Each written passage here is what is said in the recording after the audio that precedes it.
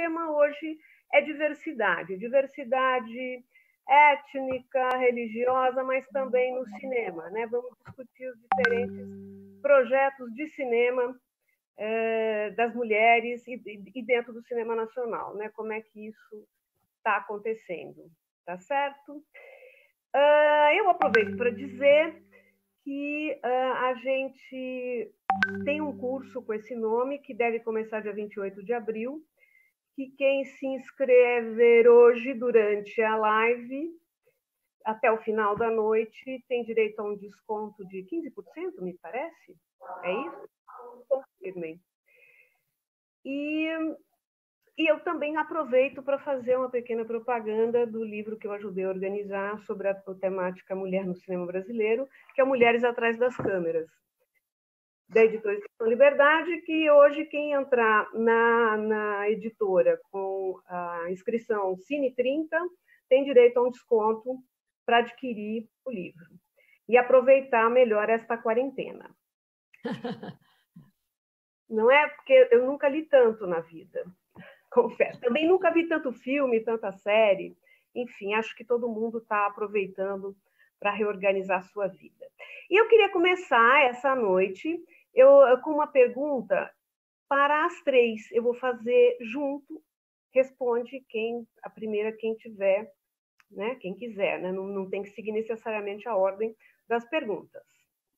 Minha pergunta primeira para Carol Fiorati. Pensando nessa coisa do lugar de fala, eu tenho um encanto todo especial pelo seu curta, que acho que foi um trabalho ainda como estudante na FAP, que é o Formigas. Legal. Que você aborda um tema que também foi abordado pelo Corações Sujos, né? Da Chindo René. Mas você aborda de uma maneira muito especial.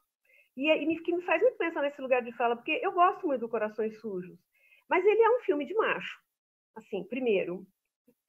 Segundo, você entra no cotidiano, né, daquela família de ascendência, de japoneses, no caso, né, são imigrantes, né, mas você é de ascendência japonesa, eu queria que você falasse um pouco com relação, não só com relação ao Formigas, mas falar de como é essa questão do lugar de fala, o que ela implica na tua obra.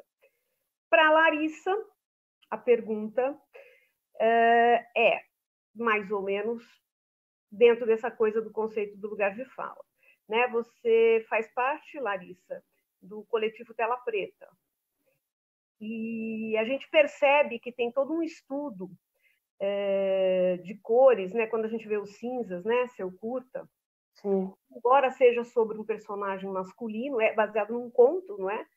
De um autor, ele escapa do que seria um lugar comum se a gente pensa num curta na Bahia, cores e tal, né? Então, acredito que o coletivo te dê também, não só o coletivo, mas a sua vivência como mulher negra, diretora, um outro olhar sobre essa realidade. Eu queria que depois você falasse sobre isso. E a Cris, eu tenho uma pergunta muito especial, que é sobre a questão, o filme Vergel é um filme com cenas eróticas muito fortes. Aí, quando você lê a sinopse, você fala, lá vem uma coisa assim. Mas ela escapa totalmente àquele lugar comum que a gente vê em muitos filmes, duas mulheres transando, né? Vira uma coisa voyeurística, né? A Laura Mulvey falava muito disso, e é totalmente oposto, e a coisa entra de uma maneira tranquila. Sendo o filme Vergel um filme muito autoral, que a Cris, no caso, ela é diretora, roteirista, câmera, eu queria depois que ela falasse um pouco também do que é esse olhar feminino sobre o corpo de uma mulher, de outra mulher, de uma relação, né? Como que ela vê isso? Eu tenho certeza que ela pensou essa questão em profundidade. Então, eu vou começar respondendo porque está fresca a pergunta, senão depois vou esquecer. Vou aproveitar. Olha, na verdade, Vergel é um filme que ele vê a luz em um momento no qual o mundo estava prestando atenção para esta questão das mulheres, mas eu comecei com Vergel no ano 2012, quando disso nem se falava. Era uma necessidade pessoal de contar essa história. e de contá-la do jeito que eu contei ela, né? Que eu contei ela com muitas mulheres. Somos um equipe quase todo de mulheres, mas era antes desta ola. Ou seja, eu dei sorte que o filme, né, veio à tona quando se estava se falando disso. Mas, na verdade, é uma história de uma mulher que perde o marido e ela se deixa surpreender por um desejo impensado. Então, eu pensei, qual seria um desejo impensado, né? E aí eu cheguei a que seja outra mulher. Mas nunca foi minha intenção falar de uma... Ou seja, eu não tinha um recado lésbico para dar, nada de tudo isso. Sim. Só que, o que você está falando do jeito de filmar essas cenas, eu me propus, como artista, a achar um jeito de chegar, passar a profundidade e o teor desse desejo sem ser descritiva.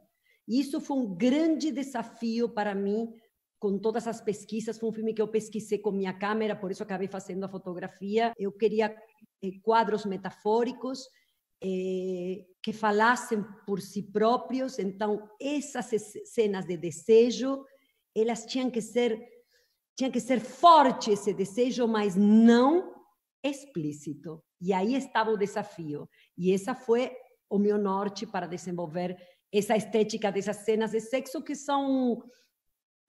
ficaram assim... podemos dizer, um pouco diferentes de como sempre, geralmente, estamos acostumados a ver o sexo nas telas. Sim. Larissa, Carol? Você quer começar, Carol? Tanto faz, né? Pode ser. Pensando no Formigas, né? É meu primeiro curta. Escrevi o roteiro dele em 2007, logo quando minha avó, que é japonesa, faleceu, né? E eu tive aí a sorte de ganhar o Prêmio Estímulo, era o meu TCC também da faculdade, e pude rodar aí, né, com o Prêmio Estímulo. E aí, quando você fala, né, dessa questão do olhar feminino, é muito, eu acho que por ser uma história, na verdade, que surgiu não por causa do Corações Sujos, né? Eu conheci o livro, conheci um pouco mais depois que eu comecei a escrever o meu curta, mas, na verdade, o curta veio de uma história da minha avó, que contava que quando ela chegou no Brasil, ela era aquela criança, né? E eles tinham que se esconder no meio da plantação de tomate porque vinham as formigas e levavam tudo embora. E ela contava, já uma senhora de 80 anos, contando essa história como se fosse uma criança, né? E eu perguntava, Bachan, né? Porque a minha avó é japonesa, mas Bachan, quem eram as formigas? Né? As formigas não podem levar tudo embora. Era guerra. Quem eram as formigas? Lá não, a gente tinha que se esconder no meio da plantação, porque senão a formiga levava tudo embora. E então eu comecei a juntar as pontas, assim, quem eram as formigas? Poderiam ser o próprio exército brasileiro, poderia ser a Shindo Himei, e aí eu fui criando, ficcionando, mas as personagens em si, elas são muito baseadas na história da minha família, que é um matriarcado, né? A minha Riba-chan, que é a minha bisavó, ela foi uma mulher muito forte, ela veio para o Brasil com a intenção de abrir um hospital junto com meu bisavô, só que veio a guerra, eles perderam tudo, porque eles foram tapeados, né, quando eles chegaram no Brasil, e tiveram que ir para a lavoura, plantar tomate, e eles não sabiam fazer isso. Né, eles eram médicos, né? Então a comunidade ajudou muito eles nessa época, só que ao mesmo tempo o japonês, principalmente o homem japonês, ele tem muito uma questão da vergonha, né? Da honra e da vergonha. E aí meu bisavô começou a se afundar no alcoolismo, né? Por causa disso. Quem segurou a minha família foi a minha Riba-chan, a minha bisavó, e a minha avó e as minhas tias-avós, que cresceram plantando, né? E aí eu vejo toda a minha árvore genealógica, né? Minha mãe também foi uma mulher muito forte, também essa primeira filha, porque também tem isso, né? A Onetchan, a filha mais velha, tem um peso a carregar. A minha mãe Sim, também ela tem que teve. cuidar da família. Sim, e eu sou Onetian também, né? Então, somos uma geração de Onetians, assim, numa linha familiar.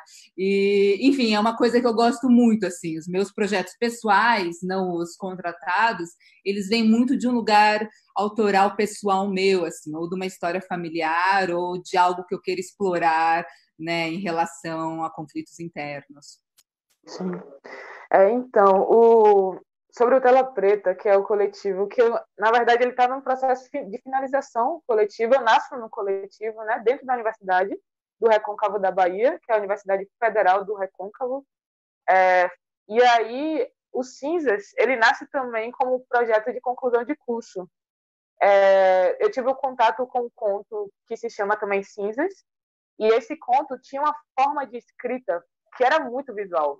E ele tinha um ritmo incrível, assim. Você lia e você conseguia visualizar, que é um conto de Davi Nunes. E aí, então, eu fiquei assim, nossa, isso dá um filme. E aí eu fiquei muito impactada, tanto com o ritmo da escrita de Davi, tanto com a forma que ele narrava as ações do cotidiano. E uma das coisas que eu sempre falo que minha matéria-prima é o cotidiano, né? Então, eu falo assim, o cotidiano da história, né? E a população negra, quando reivindica que as histórias não sejam só de uma perspectiva, né, eurocêntrica, é que a nossa vida, nossa história, nossa política está no nosso cotidiano também, assim. E aí o Cinzas eu transformo, adapto para a ficção, na verdade, e concorro ao prêmio em 2012, que se chama Edital Curta Afirmativo de Juventude Negra. Aí teve 20 jovens, então eu sou o resultado, de fato, assim, de uma política afirmativa, né, de uma política direcionada de incentivo para jovens realizadores. E a gente recebe uma paulada em 2013, que primeiro, que demorou muito de sair o resultado, e segundo, que o edital foi embargado. Com o discurso que a política afirmativa era racista. Né? Não sei se vocês lembram disso. Assim. Em 2012, teve embargo de edital. Todos os editais que teve incentivo para produtores e criadores negros, ele foi embargado. Eu tive que fazer... no processo do Cinzas, né, toda a conceituação da cor, da direção de fotografia, toda a conceituação necessária para o filme ser aprovado no edital, eu tive que fazer. Proposta de direção, proposta de distribuição. Então, tinha um critério técnico sendo avaliado para além da minha cor, né? Então, a gente começou a bater nisso também, e aí a gente consegue 3 anos depois, eu ganho em 2012 o edital, e só em 2015 eu consigo ter acesso ao recurso. Então, combinou com a minha saída do curso, então eu saio com Cinzas. E foi muito impactante assim para minha carreira, foi muito importante mesmo assim. Foi um passo importante. E sobre o processo assim da criação do Cinzas, vem desse contato com o conto e vem com o contato com o cinema africano, e especificamente o filme de Sembene, assim, tipo o filme O Carroceiro e a Negra Di, né, que se chama, eu não sei como é em francês, acho que é La Noire Di, alguma coisa assim, que Sembene coloca sujeitos que a gente vê na multidão, seria só mais uma pessoa no meio da multidão, mas ele dá individualidade quando coloca o pensamento daquele personagem em voz off, né? Então o Cinzas é um pouco disso, é um cara que sem a voz do filme, seria só mais um cara no meio da multidão, né? Seria só mais uma pessoa no meio da multidão, mas eu dou a individualidade a ele a partir de quando eu dou a voz off, né? Então a gente vê um personagem no meio da multidão e a gente ouve todo o pensamento dele a partir da voz off. E a fotografia foi inspirada em Pariá, que é uma fotografia que tem a cor muito bem demarcada, assim, azul, no Pariá é roxo e verde, e roxo, verde e azul. E o Cinzas eu trouxe justamente, tanto pelo nome do filme, né, de ser cinzas, e tanto por essa busca de romper esse lugar do olhar que se tem para Salvador, de uma cidade extremamente turística, tropical, linda, maravilhosa, e talvez é uma das cidades mais racistas do Brasil, assim, real, assim. Então a gente começa, a partir do Cinzas também começa a pensar esse imaginário que se tem da própria Bahia, né?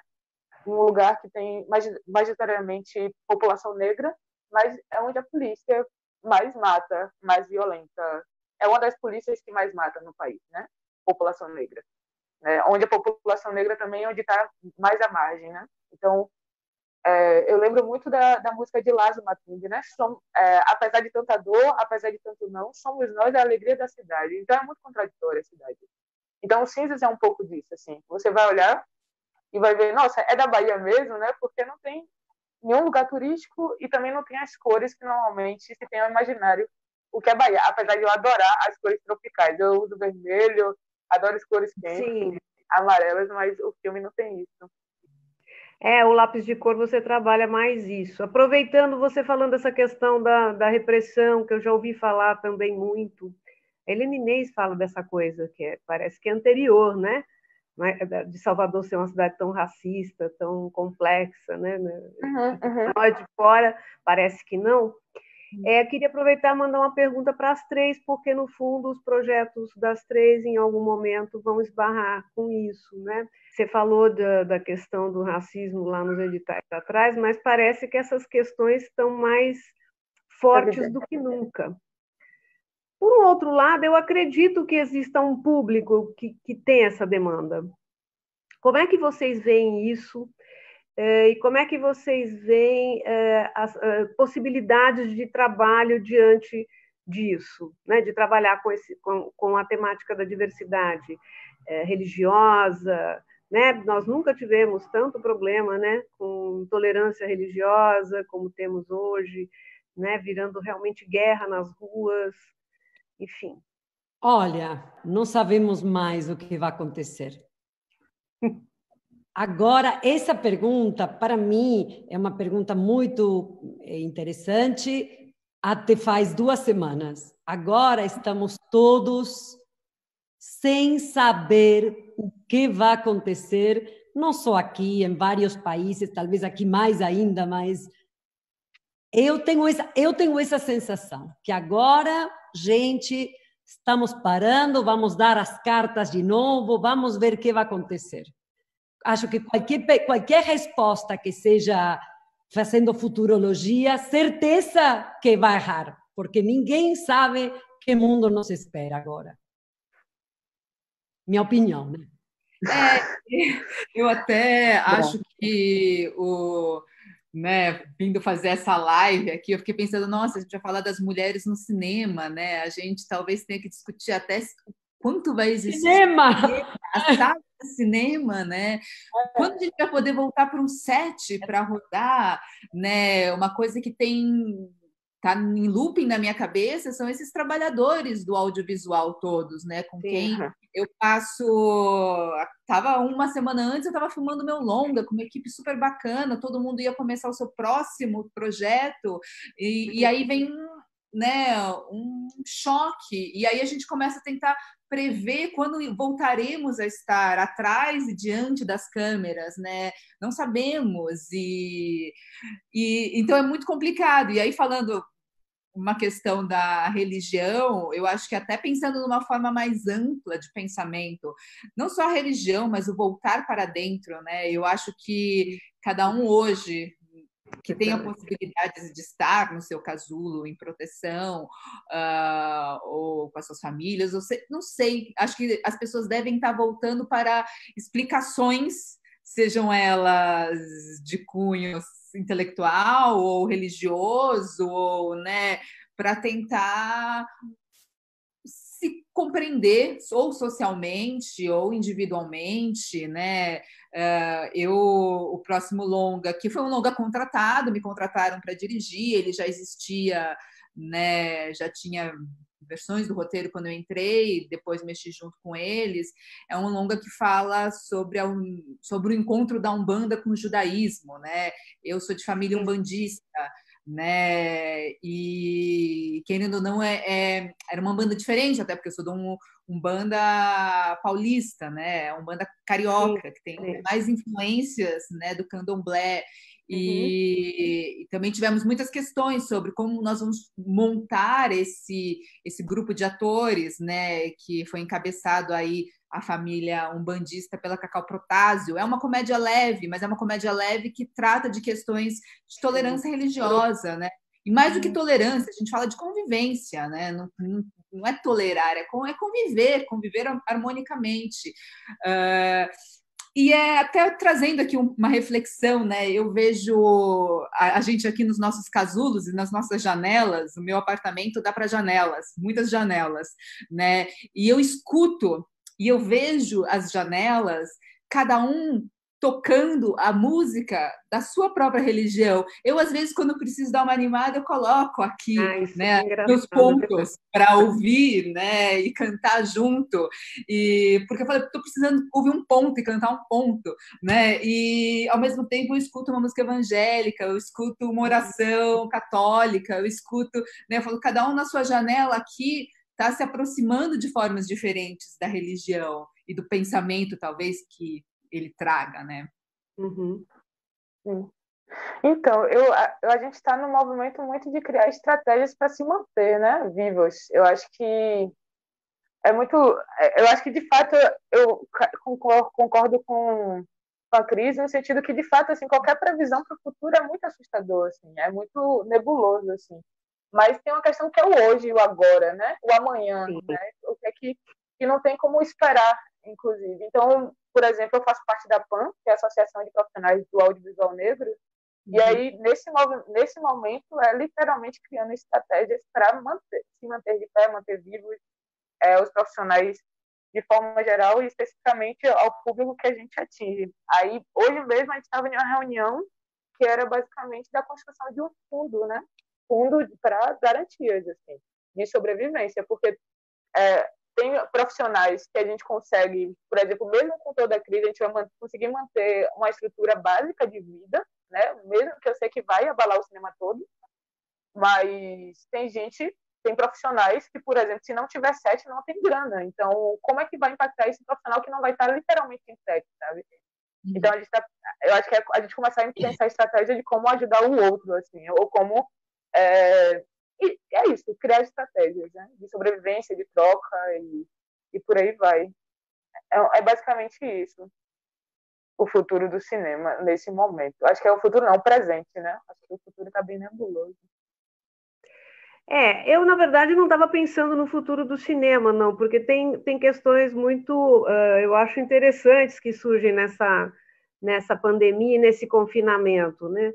Eu tenho amigos que não veem TV nunca, né? Jamais pensariam em ver um filme fora de uma cabine e tal, e agora estão diante do streaming, né, dando graças a Deus de que tem alguma coisa para ver. É muito interessante tudo isso, mas eu sinto que muito provavelmente a gente vai ter uma expansão das janelas de exibição, né, que a gente vai ter uma saída.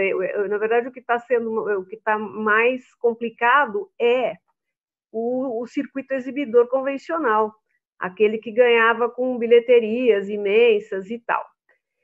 Que não é muito, na verdade, não é muita praia do cinema nacional, né? A gente tem que pelear muito para conseguir ter uma bilheteria razoável, né?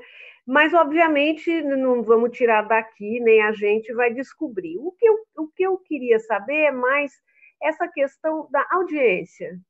Sim. Por exemplo, é interessante, né? Em casa, durante esse tempo todo, você sempre tem aquele filme que você vai ver porque precisa, faz parte, porque faz parte do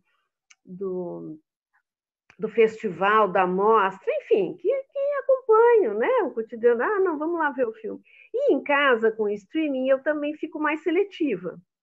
Eu tenho a sensação de que a gente acaba caminhando, já estava um pouco nisso, mais para um mercado de nicho, quer dizer, né?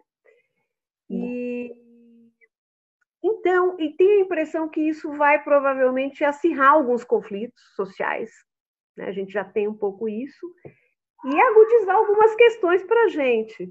Mas aproveitando que você respondeu sobre a questão do Tela Preta, Larissa, duas coisinhas. Todo mundo me pergunta da fulana de tal. Da onde saiu fulana de tal?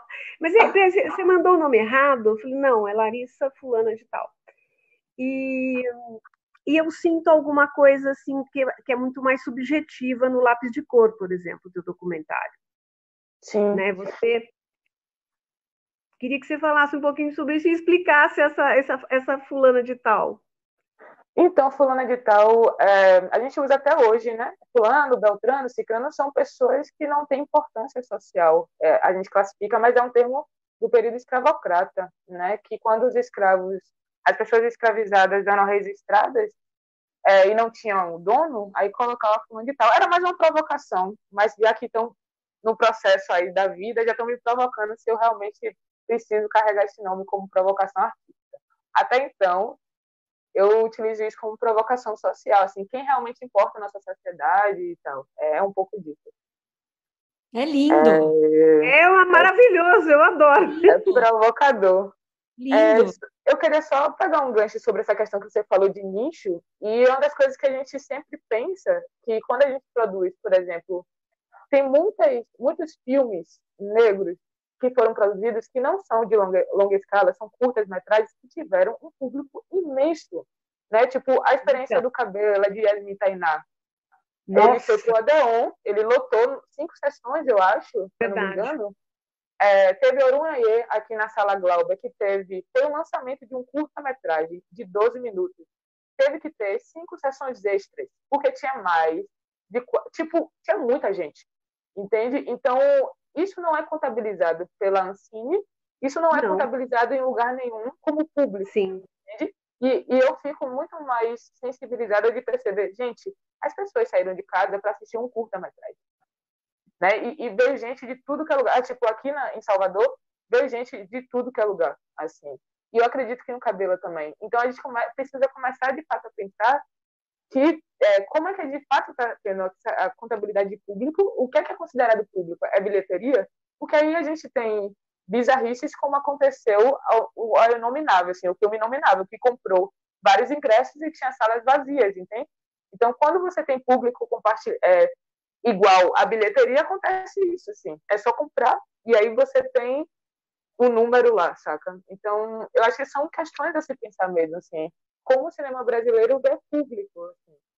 Uhum. É uma questão que a gente está colocando. Por outro lado, a gente tem o fato de aqueles dados que não tem mulheres negras, houve pouquíssimas mulheres negras dirigindo filme que chegaram às salas do cinema, né? Ou chegaram em determinados espaços comerciais.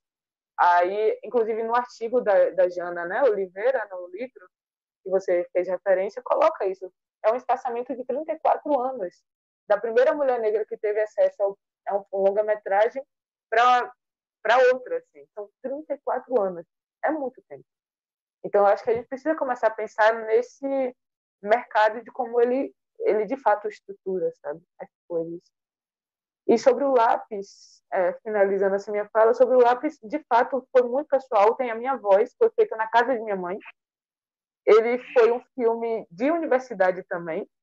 Eu cheguei nas férias para a casa de minha mãe. Quando eu chego na sala de minha mãe, tinha minha irmã mais nova, Ellen, desenhou minha mãe com lápis cor de bege, com olhos verdes, cabelo loiro. E eu falei, mas essa não é minha mãe. E aí eu falei minha mãe que aquilo tinha um problema de representação e tal. Falei, e a gente acabou discutindo. Foi horrível a situação, mas eu entendi o que ela estava falando. Era só uma criança, ela só está desenhando. Mas para mim aquilo tinha um impacto, porque a imagem diz muita coisa. E aí foi quando eu consegui ganhar também um chamado da Futura, um curta chamado universitário, e eu consegui um recurso para conseguir realizar o curta. E chegou a TV. Aí quando chegou a TV, a família, minha mãe, entendeu o que eu estava falando. Quando ela viu que todas as crianças queriam ser o lápis cor que se chama cor de pele, né, ainda socialmente, mas que é bege. Então não se representa, né? Essa tá nessa questão do campo da representação, assim, de como a gente se vê, de como a gente quer ser visto. Basicamente é isso, o lápis de cor. Tá no YouTube também. Mas foi feito com a T3i em 2012, 2013, uma coisa assim. Mas até hoje as pessoas usam como material didático, sabe, nas escolas. Isso para mim foi muito impactante. Significa que tinha um monte de gente querendo discutir aquilo. Assim. Carol, sobre a questão de você trabalhar com mercados de nicho ou não? Olha, é muito complicado, né? Falar assim, eu tenho os temas que me tocam mais, né? os temas que eu gosto de falar, dos meus projetos pessoais, e tem os projetos que eu sou contratada para trabalhar também, né? Eu sempre tento trazer alguma autoralidade para os que eu sou contratado, mas existe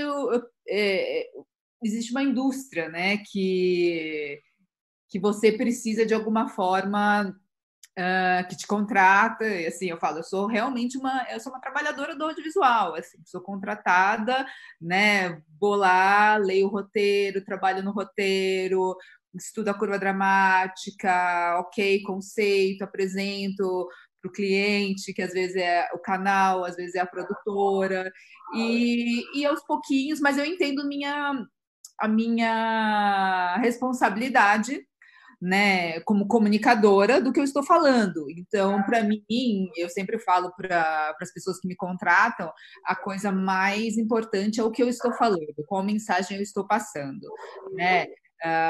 Se você quer mais colorido ou menos colorido, com mais luz ou menos luz, a gente conversa e a gente vai chegando num acordo, né? Vai chegando em algo que o objetivo do filme se dê, né? No caso dos meus 15 anos, que tinha um objetivo claro de fazer público, né? Discutir com um público de 10 anos, 10 a 13 anos, era um filme aspiracional, mas havia claramente uma vontade minha, né, e das outras pessoas envolvidas no conteúdo do filme, de não vamos fazer um filme machista, né?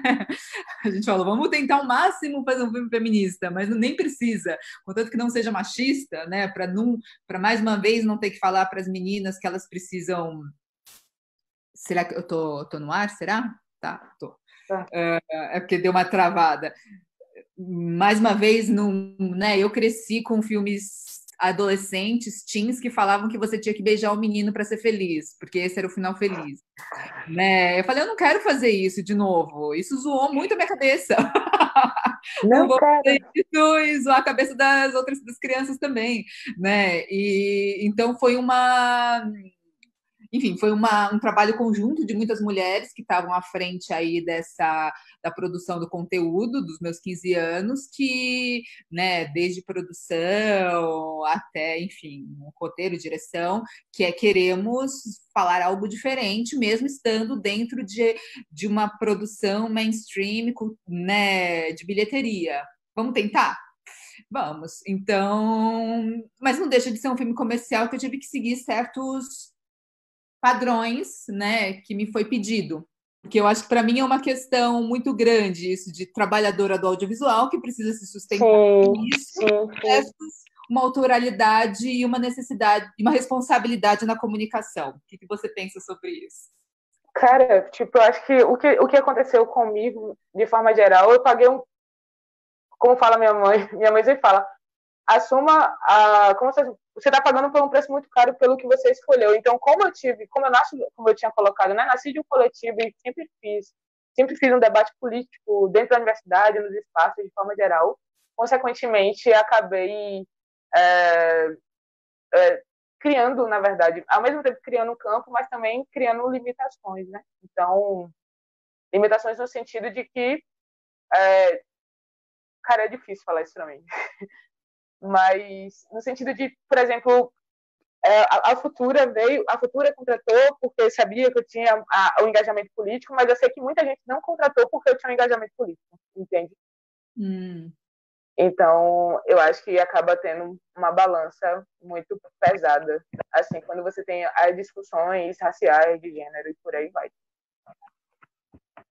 É isso, basicamente. Concordo, não, ao mesmo tempo que a gente precisa, qual é a dosagem disso para a gente sobreviver e, ao mesmo tempo, conseguir se comunicar. Eu falo, se eu lutasse demais, eu quero fazer um filme super feminista nos meus 15 anos, não foi para isso que me contrataram. Se eu conseguir falar um pouquinho, que seja, não precisa beijar o menino para ser feliz, você pode ter outros sonhos, e saber que isso vai chegar a milhões de crianças e pré-adolescentes, poxa, estou feliz, sabe? É um passinho pequenininho, é uma coisa, não é... Agora eu estou fazendo o meu longa autoral, jovem, que fala de questões bem pesadas, é uma crítica à classe média, né? Ele é um filme pesado e uma grande crítica, né? Acabei de filmar.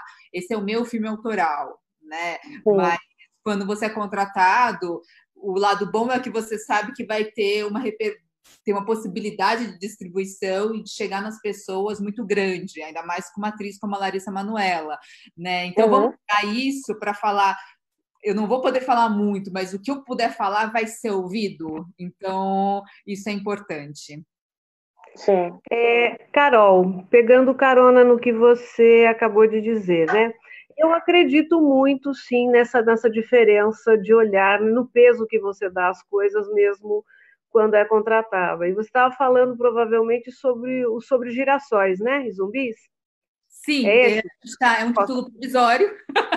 Prometi para o meu produtor que eu ia falar isso. Mas é bonito, Girassóis. É lindo. É baseado no curta, não é? Algum lugar no Recreio, não é isso que chama? Não é isso? Ele foi inspirado, na verdade, porque eu juntei tanto material produzindo curta também, né? Essa demora que a gente tem. O curta foi filmado em 2013, lançado em 2013 ou 14, 12 ou 13 eu filmei, e eu realmente fiz com adolescentes, né? Todos eram não atores, do colégio que eu mesmo estudei, e queria fazer um olhar para o adolescente, e veio muito conteúdo humano, que eu falei, um curta não vai dar vazão a isso, e nem tenho esse tempo para isso, tal, mas eu quero falar mais. E é claro, como um longa, ele vai se transformando. A gente viveu questões políticas e sociais muito intensas nesses anos, né? Então o filme ele foi se transformando para ser, eu falo quase, a gente vai descobrindo ele. Eu estou montando ele agora, né? Durante essa pandemia, eu e meu montador, e a gente vai descobrindo que é quase uma sinfonia da classe média, assim. Ele tem um quê quase assustador, assim, e que hoje ganha até outras, porque ele fala muito do isolamento e da necessidade de se isolar no grupo, que é o seu grupo de segurança da sua classe, né? Dos iguais, e como isso pode ser assustador e, ao mesmo tempo, como que isso age na cabeça desses adolescentes, né?